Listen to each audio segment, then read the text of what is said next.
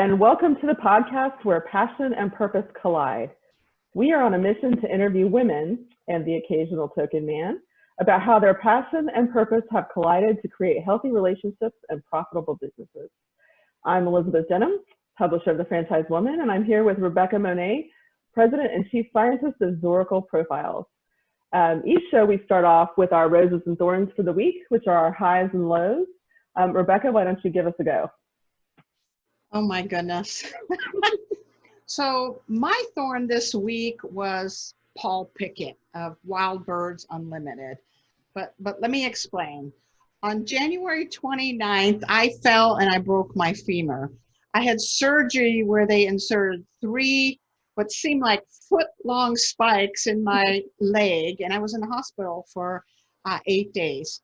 It's almost 4 months now, and I'm still in this crazy amount of pain, and I'm unable to straighten out my leg, which of course makes my back go kind of catty-wonkus, and I'm not sure which hurts worse, my leg or my back. Mm-hmm. And I walk like a toddler. Now, not the 2 or 3 year old toddler who just got caught stealing a snack and is running like heck to get away from his mama.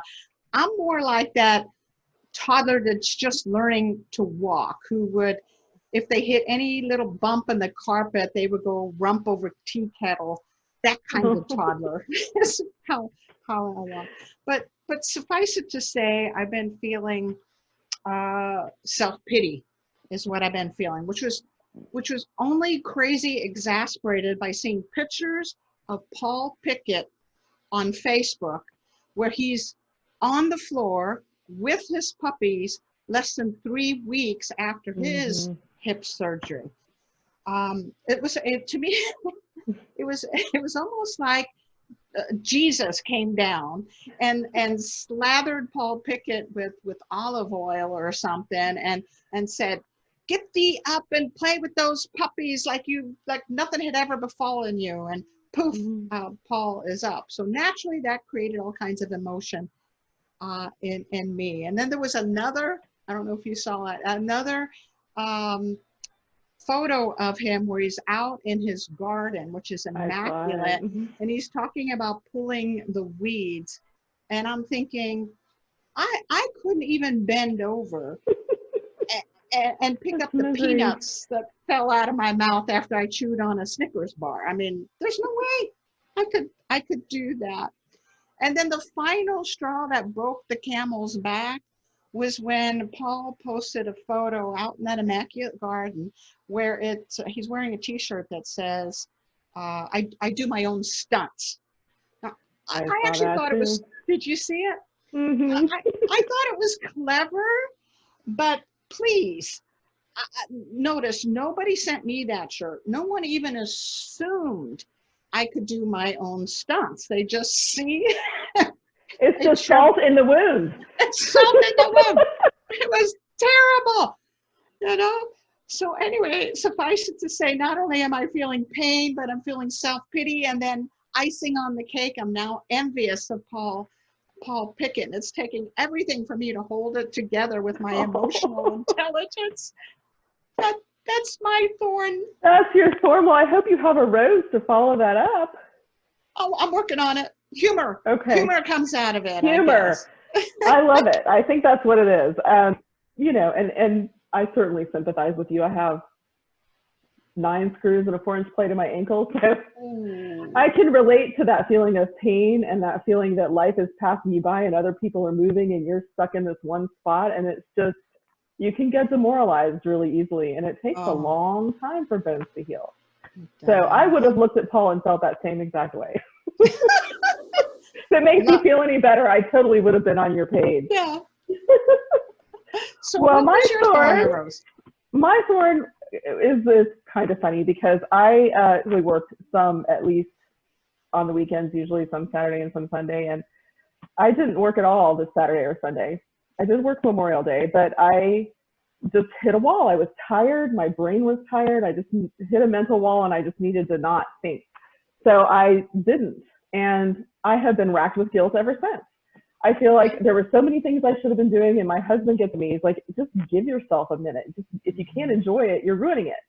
Which he's right. But when you have a million things to do and you're excited about doing them, and you have goals and those kinds of things that you want to achieve, it's hard to put it aside for a minute and give yourself that mental break. And I recognize that I need it. But I still can't let go of feeling like I should have been doing something during those times. So, but the rose I have. A voice in the head, right? That said shoulda, coulda, woulda kind of thing. Well, it is. And even on those days when I was doing less, I spent time with my son. We got in the pool together and hung out. And but the whole time I'm thinking I could be doing this, or I should be doing that, or I did wash the slip covers on the sofas, so that was productive. I now have bright, clean, white sofas. But the rose that follows that up is that the thing that gets rid of stress for me is exercise. And for 30 years, it was ballet, because ballet is so hard and so physically demanding that it is the only thing you can think of while you're doing it. And so it's an escape, a mental escape and a physical escape. And then you're so tired that you just feel depleted of all that stress. I can't dance anymore because of my ankle, and I had knee surgery. So now I'm walking. And I was doing a step challenge with my friend just to keep us motivated. And it turns out she didn't know she was competitive. And so I sent it to my daughter. She's like, well, I want to do it. And then she and my son were talking, and he wanted to do it. And so the next thing I know, I have 11 people in this step challenge, most of whom are my family, my children, my nieces, and then my sister-in-law, and 2 friends. So that's kind of a rose, because on the days you don't want to go, you go. Because somebody might get ahead of you, and that would be bad. That's true. It's gotten us all up and moving during this quarantine period, which is hard. Motivation is hard to do physical activity. So at least on that, I feel less guilty about not moving. There you go. Guilt. Yeah. Go away. Yeah, I tend to feel guilt pretty easily. I think it comes from perfectionism, which I am much better at than I used to be recovering from, but I still live in that guilty thing if I don't do something that I think I should be doing. I think many of us are, if not perfection oriented, performance oriented. And when we're not performing to whatever crazy standard we set for ourselves, then we feel bad, we feel guilty, we feel less than.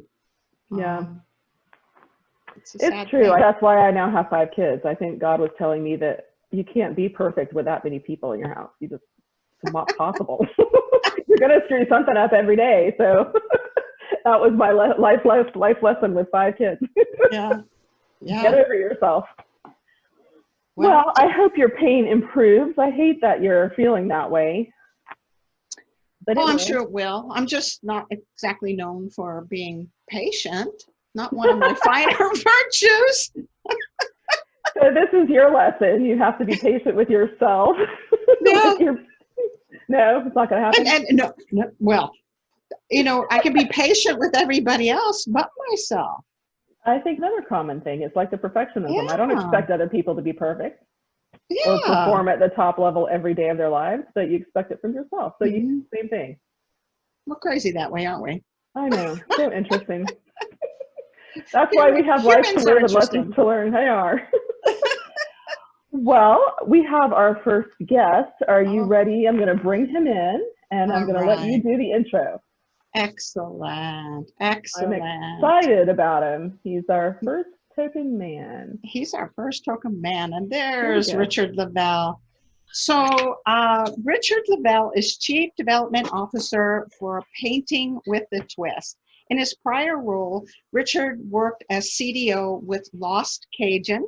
He was also VP of Development with Floor Coverings International, VP of Development for Smoothie King, where he was the first employee and was there for 25 years.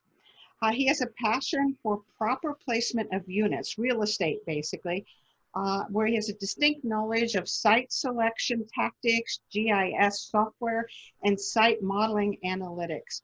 While active in the International Council of Shopping Centers, he held the position of State of Louisiana Retail Chair, and he's also a CFE with the International Franchise Association. So Richard has 4 kids, and he is an accomplished saxophonist, playing in several jazz groups in New Orleans whenever there's time, and it permits him to do that. So welcome to Where Passion and Purpose Collide, where our audience is largely women, and today you are our token man. Welcome, Richard. It's great to be here, and thanks for having me, Rebecca and Elizabeth. So excited to be here and to be a token man. I'm not sure what that means, but hopefully I can fit the bill and deliver the goods today. I'm excited to be here.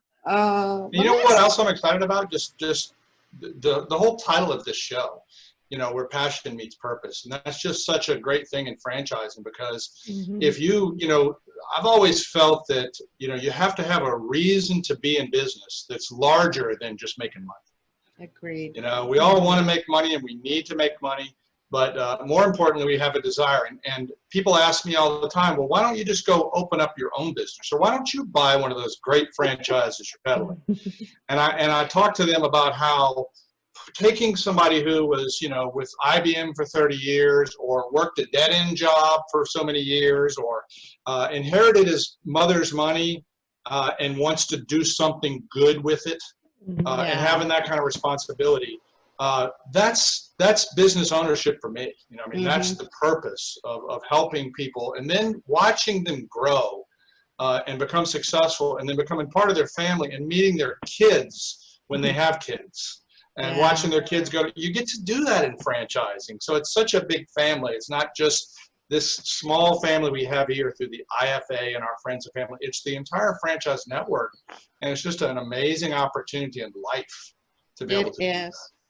I love the point you made about legacy and having a purpose, and business ownership is more than just about profit. And that really is the purpose of this show, where purpose and passion collide.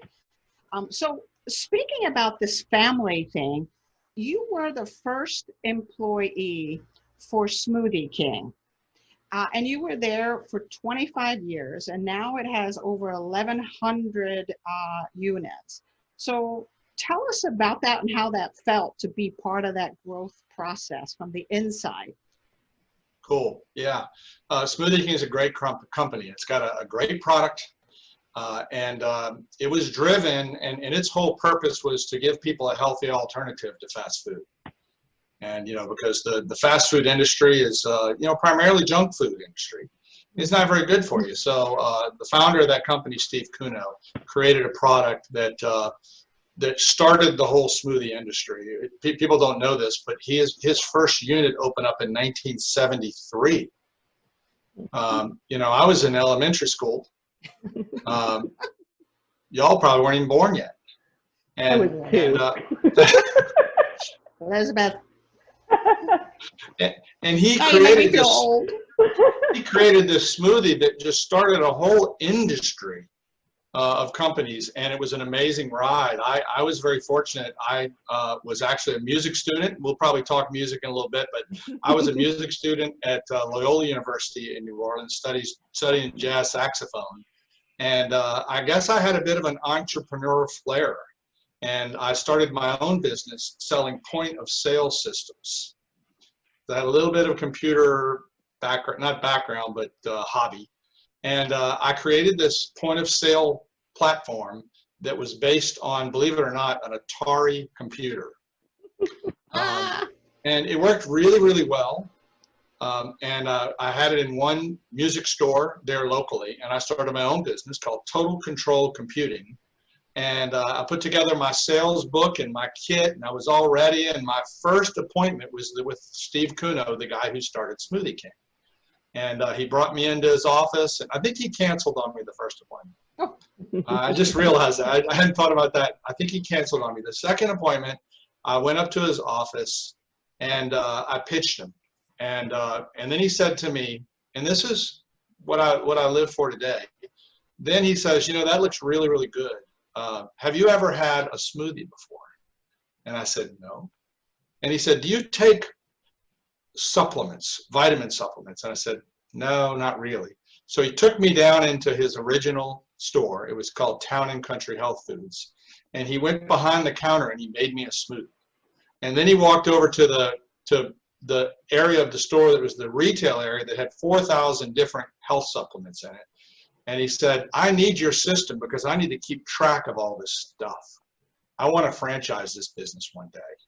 Wow. And and that's kind of how it started. He started pulling things off the shelf and just giving them to me because I was a potential new customer. And that was his passion. You know, his purpose was to make people healthier and give them a better lifestyle. And that's what he did to me. And then, you know, 650 stores or something later, Steve sold the company. And it was an amazing ride because Steve didn't know anything about franchising. His wife, Cindy Cuno, didn't know anything about franchising, but they were just very good entrepreneurs. They had good common sense, and they cared about people. And that's an element in franchising that has to be present. You got to care about people, and not just your franchisees, but their customers, and giving them a purpose and being able to take your purpose and transfer it to them so that they can go change the world like you did. You know, it's an amazing opportunity. The company sold, and I guess it's been about 6 or 7 or 8 years now. I can't remember. I honestly, when I left Smoothie King after being there for 25 years, I thought it was the end of the world. You know, it's like, oh my God, what am I going to do? There's life after any company, right? And I've had an amazing, you know, life since. But my heart is always truly with Smoothie King, and I hope that every one of those franchisees that I brought on board, or any of the team brought on board while I was there, is successful. And I love to watch the success of that company. And I love to just go back and remember it was all just that one smoothie that Steve Cuno created, that created a huge industry evolving around that. They do, and they have such passion. My middle son worked at Smoothie King for about 1.5 years through high school. Yeah.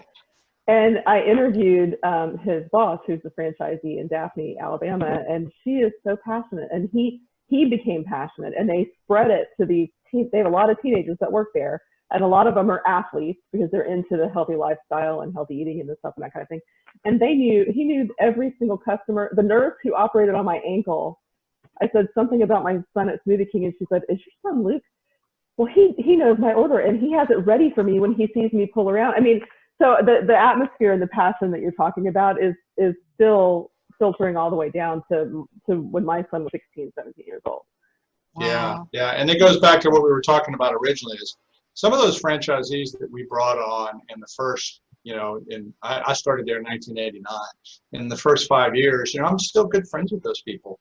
And if I show up at their city, I'm going to give them a call, and they're going to tell me about their kid who just graduated from college, or just became a doctor, or their grandchildren. And, you know, they had just had small children when I first met them, because it's been 35 years now. And it's a great ride and a great experience to have that. It's awesome to be able to go to almost any city in the United States and have somebody to call.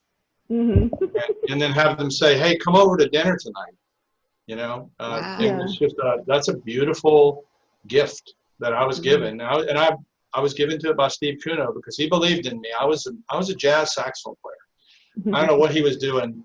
And actually, let me just finish the story real quick. So he said, I want that system, Richard, but I don't have anybody to run it.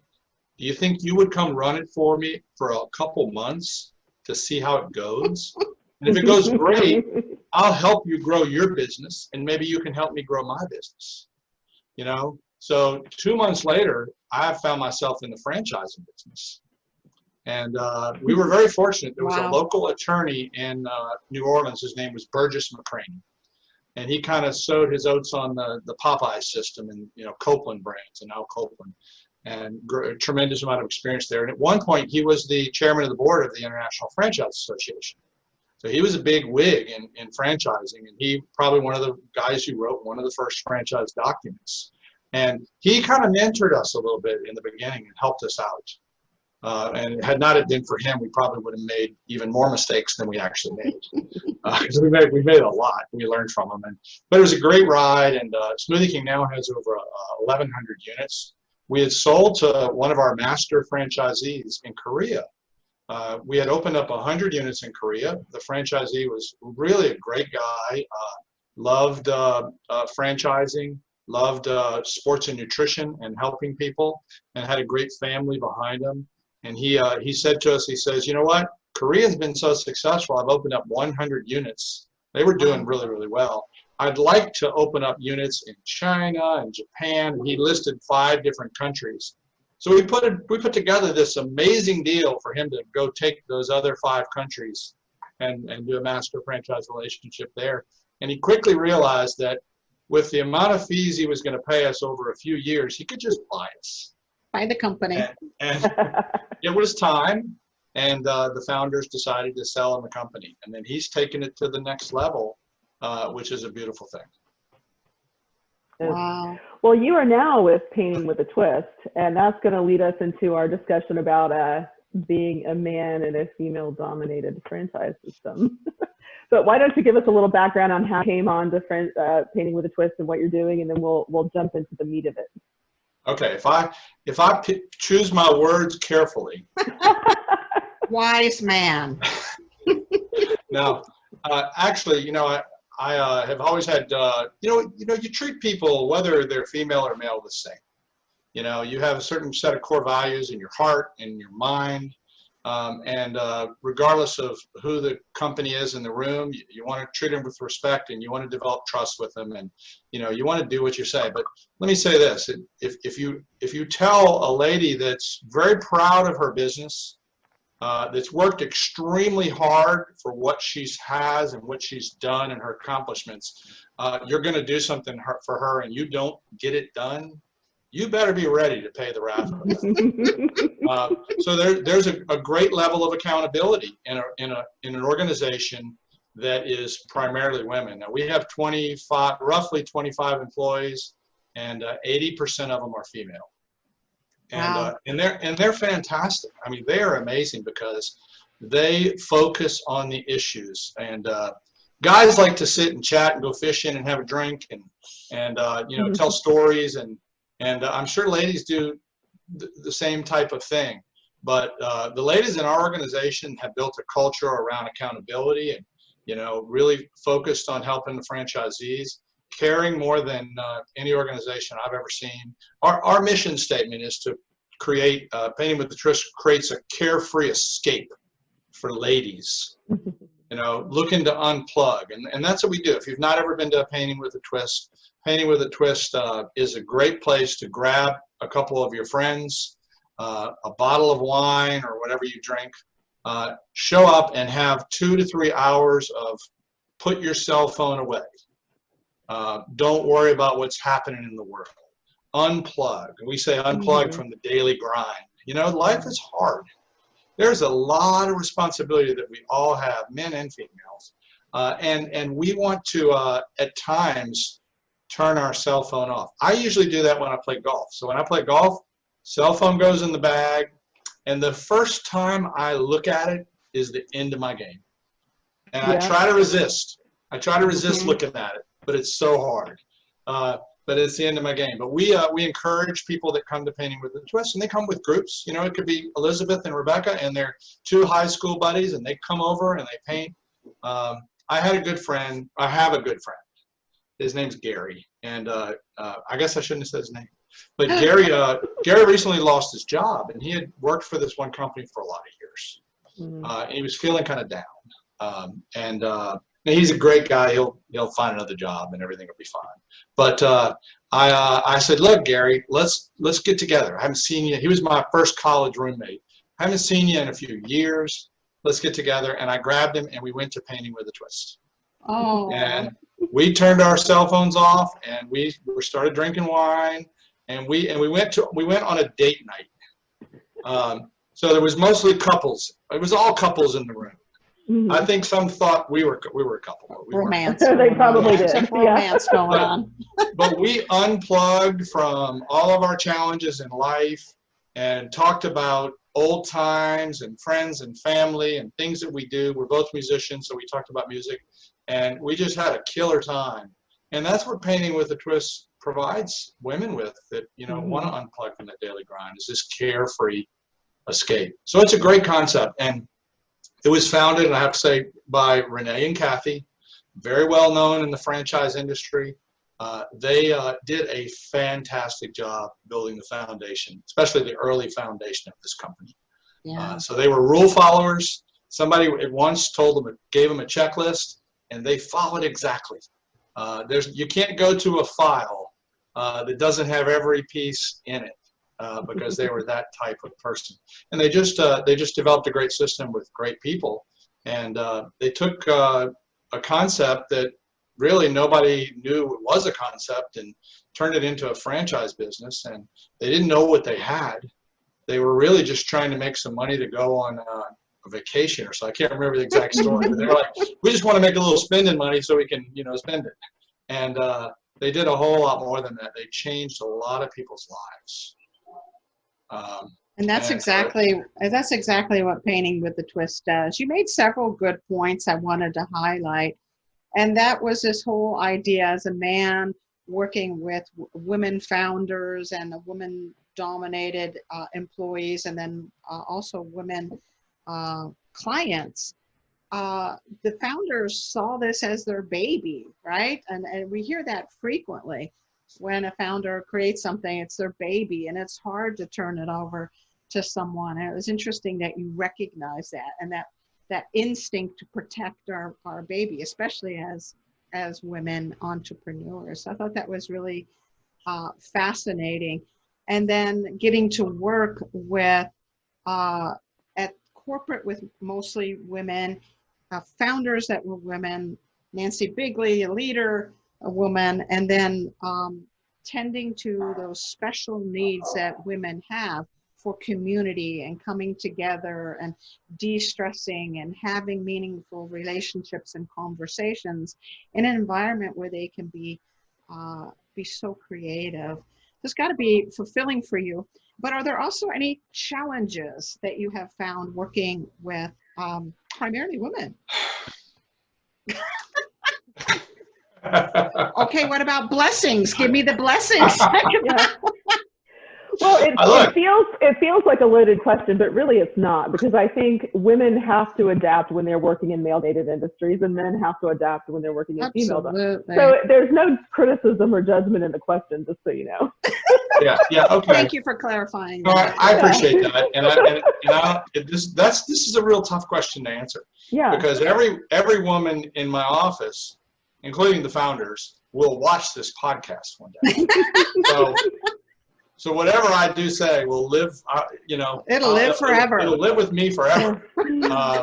So no, but I'll say this, that women, as I mentioned, there's not a lot of fluff with women. They kind of they see through the BS that most men are filled with, and they have radar and a keen sense of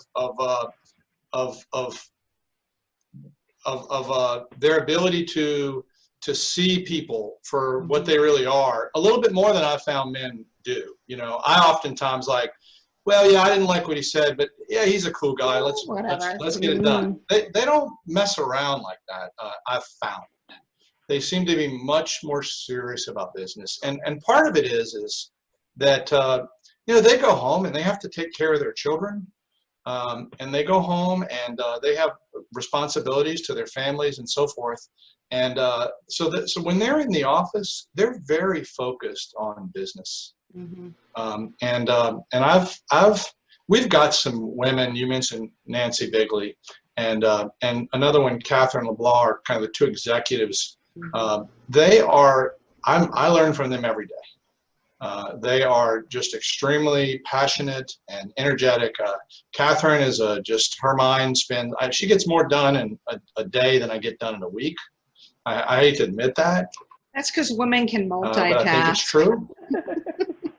She's amazing. And Nancy has so much passion and care for the franchisees and the operations staff that reports to her that franchisees see that. And they get it and they understand it and they feel good, because it's all about trust. People don't have to become a franchisee. They don't have to sign the renewal document that's fixing to come up. They don't need to operate these businesses as much. Many of our franchisees they've already been successful. They do this because they love it.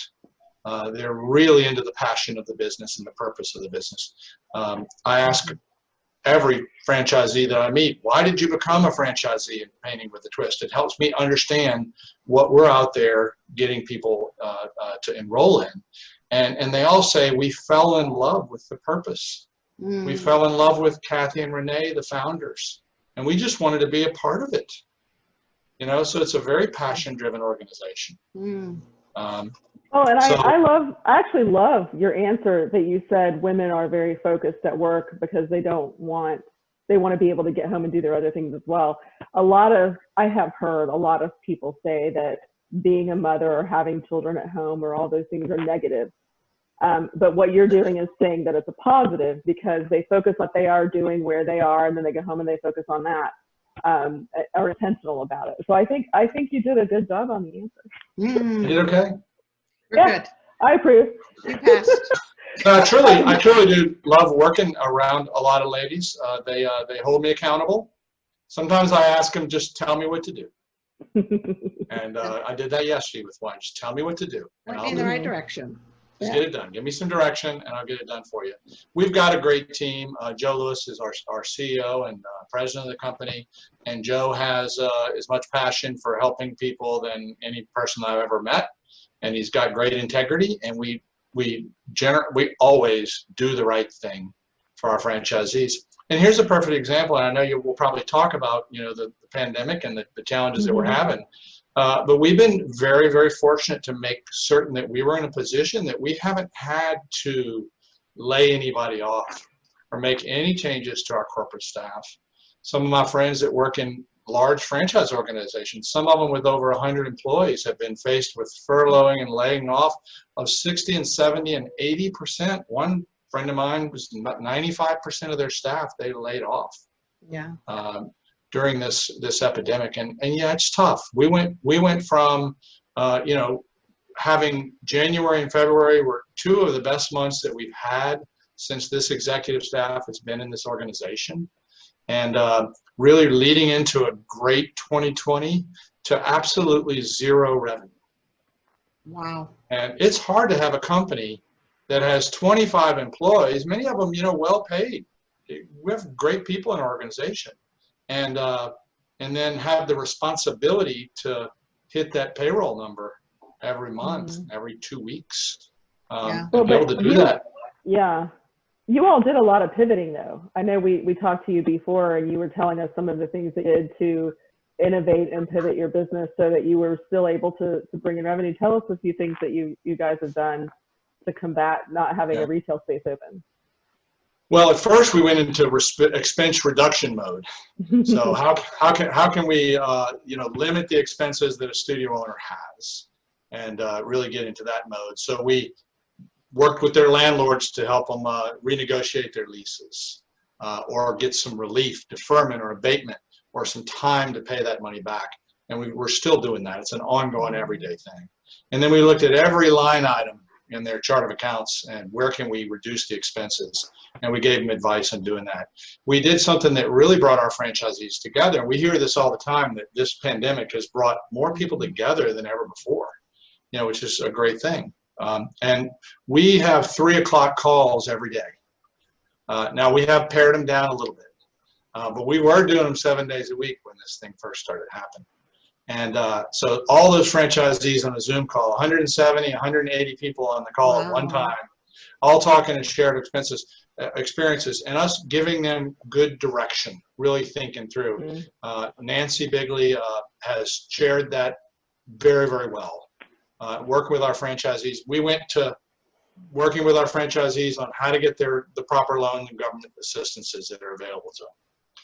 We huddled up in groups with franchisees to talk about how to handle this. We did individual calls with franchisees so we could look at exactly their cash positions. And we told them what to spend money on and what not to spend money on. And then from the product revenue side, because we no longer could have anybody in our studios. We were a non-essential business. We had to figure out how to make some money. So our marketing team and our operations team got together and just innovated. They did, they created products in 3 and 4 days that you would normally spend, 6 to 9 months testing. developing relationships with vendors to support you, and marketing packages to roll it out. And we rolled things out quick. We developed a twist at home curbside pickup kit. Come by the studio, we'll have a nice bag in front of it with your name on it. Grab it. Inside of it, you've got a canvas, and you've got paint, and you've got paint brushes, and you have a disposable apron, and you have instructions on how to paint that particular painting. And you can log on to a video production site and be with an artist, or potentially even have enrolled into a virtual class. So you can be with other people painting. So we pivoted that way, and that was a way for our franchisees to immediately get some revenue. And we developed that product in just 3 or 4 days. Wow. And roll it out to our franchisees as fast as possible. Urgent calls. We got to get you. You got to hear this. You got to be able to do this. And our franchisees jumped on it and ran with it. But then things got even tighter in our country here, and we could not even go into the studio. Completely non-essential business, no employees. You can't have anybody coming in at all, especially in areas like Detroit, Philadelphia, New York, where we had a lot of presence of studios. Florida was kind of do whatever you want for a long time. But it took them a while to really catch on to what the rest of the country was doing. And so we had to create another product, which was a ship-to-home product. So hop on our Shopify website, and you can order some kits, and they'll be delivered to your home in 3 to 5 days. And they'll have 3 or 4 canvases, so the whole family can paint together. And you can schedule or just log on and have a virtual assistant that will lead you through the experience. So we said, hey, you can create a carefree escape in our studio, but we can also create a carefree escape at your home, or your workplace, or wherever you may be. Maybe you're hunkered down at your grandma's house. I hear a lot of people went back home. Of course, we always go home when there's pain. They went back home, and a lot of people are doing that, and they're looking for things to do. And we've been one of those things that they can do. And you know what? We've sold thousands and thousands and thousands of them. I love it. Great. So Richard, to that point, we need to wrap up, and I could talk with you like for hours and hours and hours, especially about something so creative and passionate. But how would people get hold of you that are interested in painting with a twist, or even if they're home and they want to order some of these things? How would they get hold of you? Yeah, well, if they go to our website, paintingwithatwist.com, they can see everything that we offer. They can see now a lot of our studios are starting to reopen. It's really exciting. It's really exciting to actually, after 90 days of only writing checks, to actually make a deposit. So some of our franchisees have been able to make a deposit, so we're excited about that. Some states are still tightly locked down, but some of them are starting to open up, and we're seeing great demand. We're scheduling limited classes, limited size, where normally we'd have 40. We may be only scheduling the class for 12, and they're selling out. So we're seeing some examples of that, so we're excited. But Painting with a Twist will, and we've launched a new web. During this pandemic, we launched a brand new consumer website. So that's been exciting. We said, what better time to test it out when there's not as much traffic? And that's helped us a lot too. So if you go there, you can see the closest Painting with a Twist to you. You can see the different scheduled classes that we have, events we call them, because it's not a class. It's not like you're going to an instruction type class. It's an event, it's a party, it's a celebration. So you can do it that way too. And you can hop from there to our franchise website, or hop from there to our Twist at Home website, where you can have product shipped directly to your home. Excellent. Excellent is right. We are so happy to have you as our first token man, Richard. You handled it like a champ. Yes, you did. Gave good answers. So we appreciate your time.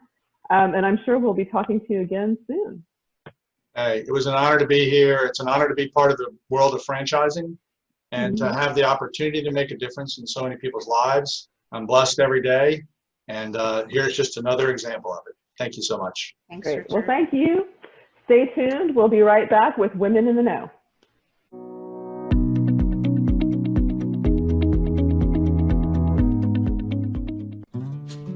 What do you think is the #1 challenge for franchisors? You got it, getting the right fit franchisee. And as you know, poor fit franchisees are often poor performers. Poor fit franchisees cost more to train and support. Poor fit franchisees are rarely satisfied or compliant, which can lead to validation issues. Not a good place to be. But now there is a solution. Zoracle Profile's scientific spot-on match program. Working with top broker groups in franchising, Zoracle has created a platform that scientifically matches the broker's candidate to the right fit franchise brand. Spot-on Match predicts the compatibility, performance, and viability of a prospective franchisee. Spot-on Match gives the franchise development team a data-driven and scientific approach to selling franchises. This is how it works. Zoracle works with each franchisor to establish their top performer blueprint. This research assesses current franchisees to determine the key psychographic indicators that separate high performers from mid to low performing franchisees. The final result of the research is the brand's Eclipse report, which compares prospective franchisees to a franchise system's high performers. Finally, brokers are running a spot-on profile on each of their franchise prospects. These profiles are then scientifically bumped up against the franchisor's high performer algorithms, and the match process begins. Dashboards are built for the franchisor and the broker to make sure the process is smooth and trackable. Right Fit matches instantly. Find out how you can be a spot-on match member. Save time. Stop guessing. Start matching. Call Zoracle Profiles.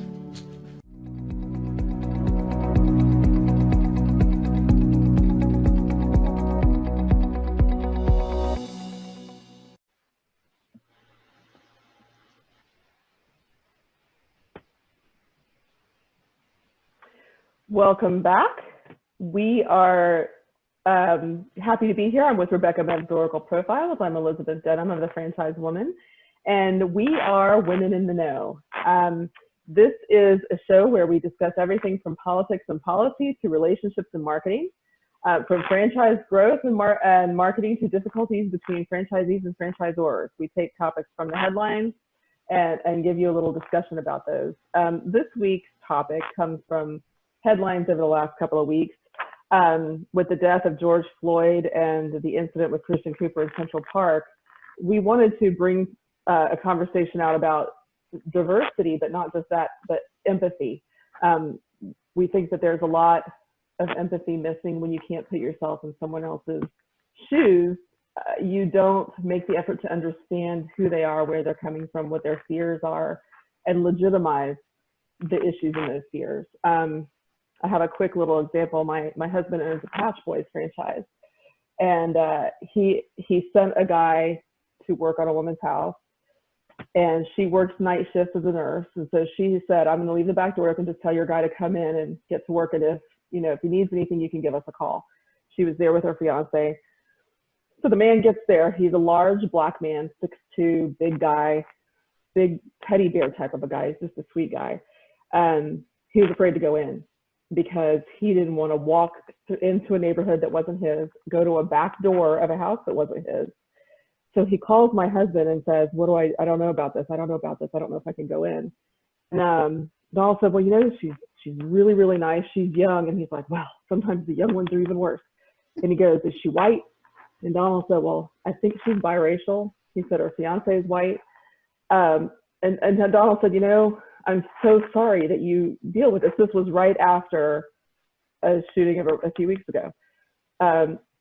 He said, I really do trust this woman. And I don't think it was just the woman. I think it was the neighborhood, being in a neighborhood that he was unfamiliar with. So I think in that we learned a lesson. I think we try to think of ourselves as pretty open and progressive thinkers in terms of diversity.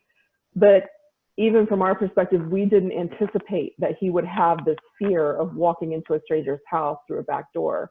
So Rebecca, what are your thoughts? It's so interesting you brought up this idea of being empathetic, because each of us comes from different histories, right? Where we were born, how we were raised, what our financial situation was. So we have a whole lot of beliefs and values that come from that kind of background.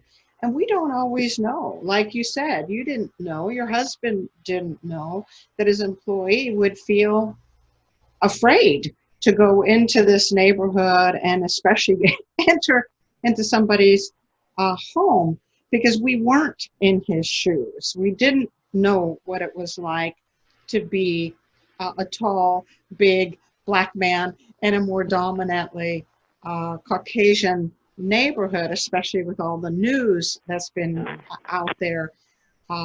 It's hard to be compassionate and empathetic because we haven't had those experiences. So my hope is that this news and these experiences will have us sit back for a moment and say, wait a second, that's not been my experience, but why not? And what would it be like to be this other person that's short or tall or big or thin or black or purple, whatever? What would it be like to be in their shoes? What would they be thinking? What would they be feeling? To have that level of empathy. I think that gives us an opportunity to know one another at a much more intimate level and deep level. And I think it would also take a whole lot of confusion out in terms of some of the challenges that we're experiencing societally and professionally and otherwise. I agree. And I think that one of the most important things we can do is have the conversation. Mm-hmm. And if we can have conversations with people who are different from us, one of my friends says, if everybody at your dinner table at a dinner party looks like you need to step it up. Diversify your table is what she says. And I think it's incredibly important, because when you know people in a more intimate way and you care about them individually, it begins to broaden into society. You begin to view other people in society that may be different from you differently. And I think one of the greatest lessons I've had in terms of fear, and people who live in fear differently than I do. As a woman, you get nervous walking through a dark parking lot to your car. You might have your keys out ready to go. You might have your phone out. There are certain things you do because you're a woman and are at higher risk of being attacked.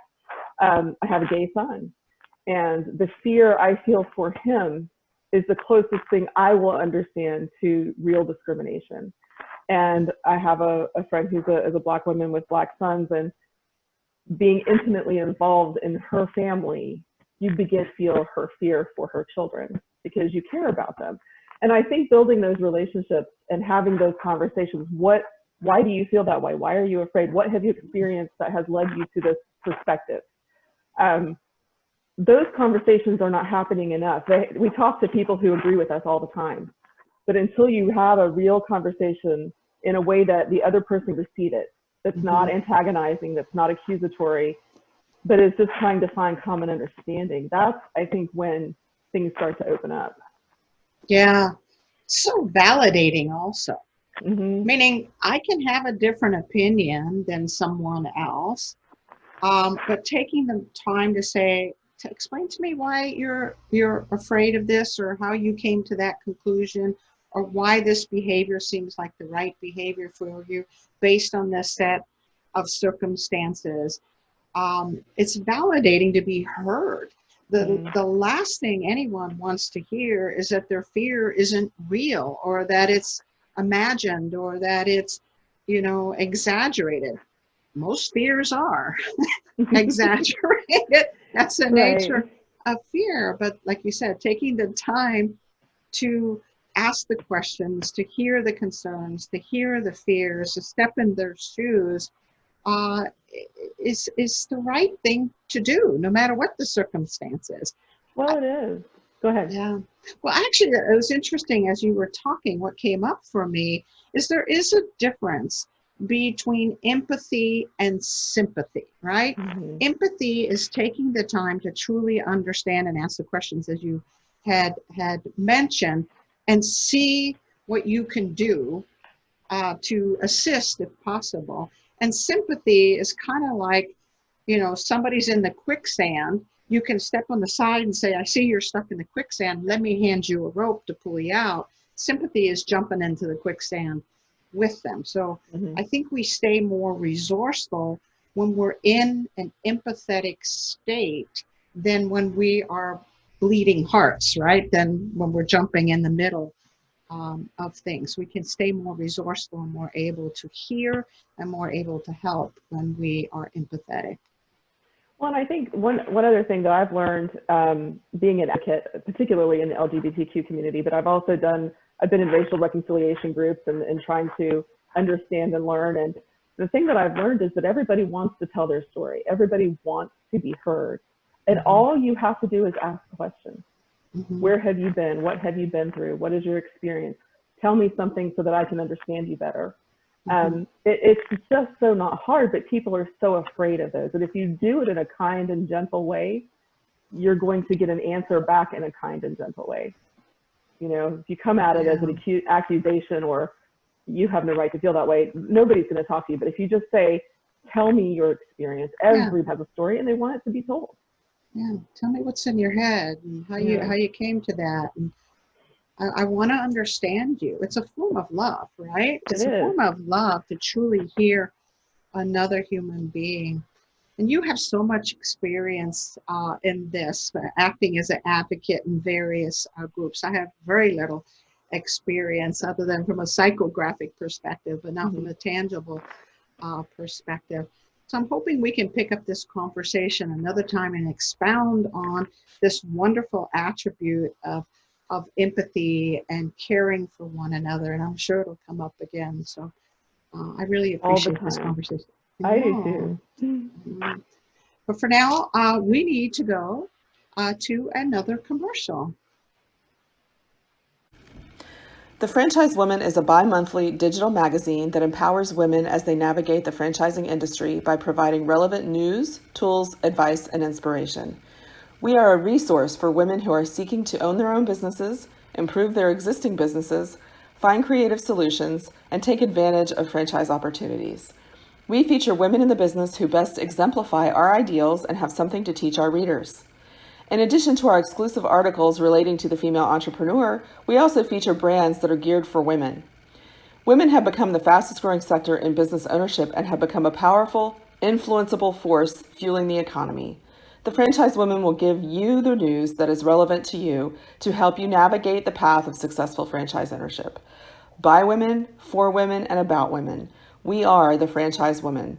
Join us today at www.thefranchisewoman.com.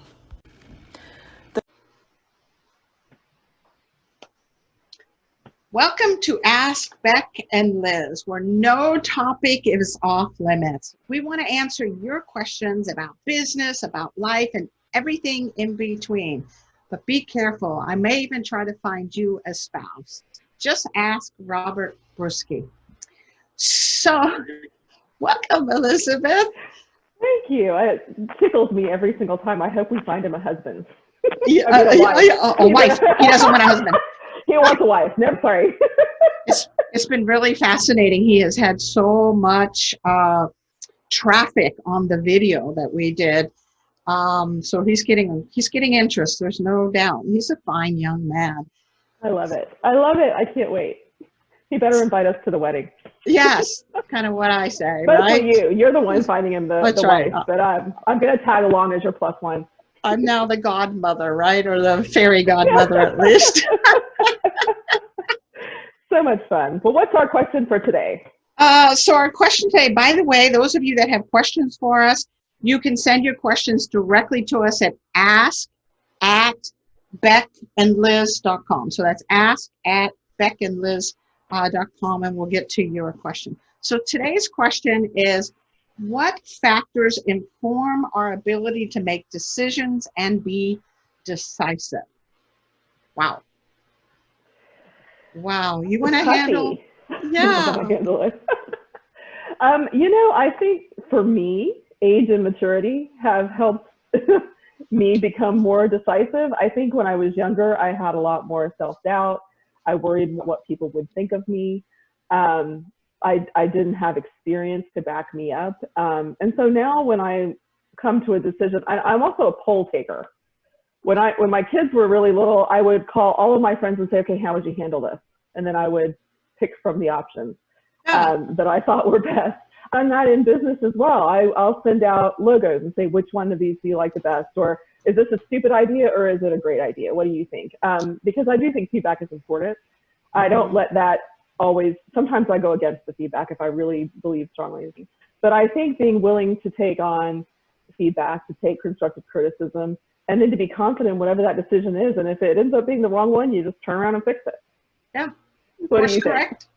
That's correct. What great advice, though, which is to take constructive feedback and to do a poll. And then from that, okay, I got the data that I need so I can make an informed decision, especially if it's about something that you haven't done before, to get the feedback from those that have been in those particular situations, having to make a decision around it. I think one of the things for me is knowing your own values. If you know what's important to you and you live by those values, then every decision becomes much easier, because you know these 5 things is what's important to me. So this is how I'm going to spend my time. This is how I'm going to spend my money. Here's how I'm going to spend my energy, because these are my most important values, whatever those values are. If it's not within my highest values, I think the decision becomes either one you pass by and say this isn't even important, or it becomes more difficult because it doesn't fit into what's important. So I think the advice I would get is know what your values are. The decision becomes easier when you know what's important to you. I think that's so true. And I have found, you know, whatever you believe in, something bigger than yourself, whether it's a Christian belief or any kind of a faith or just a belief in the energy around you, whatever your belief system is, I have found that when I have drifted from the path I'm to be on, even in a minor way, things don't go well. And when I navigate back to the path I, in my mind, know I'm supposed to be on, things go more smoothly. And I think that has made me less indecisive, to use a double negative, because I trust that path now. You know, I think I know in general where I'm supposed to be headed, and I'm not just going to take any job or any role because someone asks, and why would I shouldn't turn that down because that's a good opportunity. Well, it might not be on my path of opportunity. So I think that having that foundation of belief sometimes helps guide you toward the path that you're to be on when you trust in it. It's hard to trust. It becomes a compass, right? It becomes a due north. This is right, this is wrong, based on my spiritual beliefs. And if we do a whole lot more decisions that are right and a lot fewer decisions wrong, then we don't get off of that path. Never mind, we also don't have a whole bunch of things to clean up if we're doing what is right and best for us. So I like that idea of being true to your spiritual beliefs. And as a believer myself, I resonate with that. You know, the thing that came up as with this conversation is, as a woman, we make decisions different than men for lots of reasons, including we are wired different. Our brain are wired different. We're chemically different. And just the hormone testosterone versus estrogen creates a different, you know, pool of resources that we have that we make decisions. So by nature, women are a little slower and a little more risk averse to making decisions, simply because we don't have that same level of, you know, testosterone that we see in men. Yeah, I think that's true. And I think that one thing too you have to analyze is the risk. Is it worth taking? And if it's a principled risk, I almost always take it. Right. If it's a risk that, like, you know, you deal with someone who needs a little more power and you think, I don't care if you have power as long as the job gets done. You can do, you know, do what you want. Right. So you have to analyze that. And to me, the morality, I'm almost always going to take the risk. If it's about power, even about money, about those kinds of decisions, I'm more likely to step back and say, yeah, it's okay. I don't have to fight that fight. So I think that goes back to what you're saying about your values. What are your values? There are certain things I am going to do and certain things I am not going to do. And to go back to our Women in the Know segment with the diversity, I have made a decision to be intentional in representing diverse people, diverse women in the magazine. I don't want it to be all people who look like me, all people who believe like me, any of those things. I think representation of all groups is so critically important that is one of the values I'm going to do. And if people get mad at me, oh well, I'll pay the price. I've paid the price before and I'm still here, you know. But to your point, when you've aligned those values and your decisions around them and your strategies, in this case business strategies around them, then you are more willing to take the risk. This is who I am. This is what my goal is. This is what is important to me, which puts me at risk because not everybody's going to love us, right? Dang, I don't know. It's just not right. I know. Oh, well. It's just, that's another thing that comes with age, too. You just don't care as much. Yeah. Do you find? It's so true. It's so true. So what great advice. So several things. One, be congruent and know what your values are. Two, have a due north, right? To know what your spiritual beliefs are. And then align that and all your decisions around that, which then makes you a better decision maker where you can go to others, ask their opinion. Does it line up with my values? Does it line up with my spiritual beliefs? And then make a decision and stand firm on that decision, knowing that slings and arrows may come your direction because not everybody is like you. That's a great summation. I think we have solved decision-making issues. Next question. I love it. The only other piece of advice that I would add to that, and it's just kind of a tidbit because I love studying neuroscience and the chemicals that the brain has, is try to keep your decisions, especially the big ones, do them when you are well rested, when you have higher serotonin levels and higher dopamine levels and your cortisol levels are down, where you're not stressed. Try to do them when you're greatly rested. So your heavier decisions should come when your brain is flooded with serotonin, which gives it optimism, it gives it the ability to take risks, and it also creates this a feeling of certainty that you're going to have. So do it when you're rested, probably sometime in the morning rather than when you're completely worn out and it's the middle of the night and you got to make a quick decisions. Totally agree with that. All right. So I think we answered that question thoroughly. If anybody has some other opinions, please let us know. We'd like to hear from you.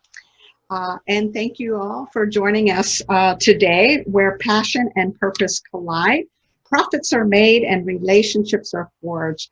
This is Beck and Liz signing off and wishing you another purpose-filled and profitable week.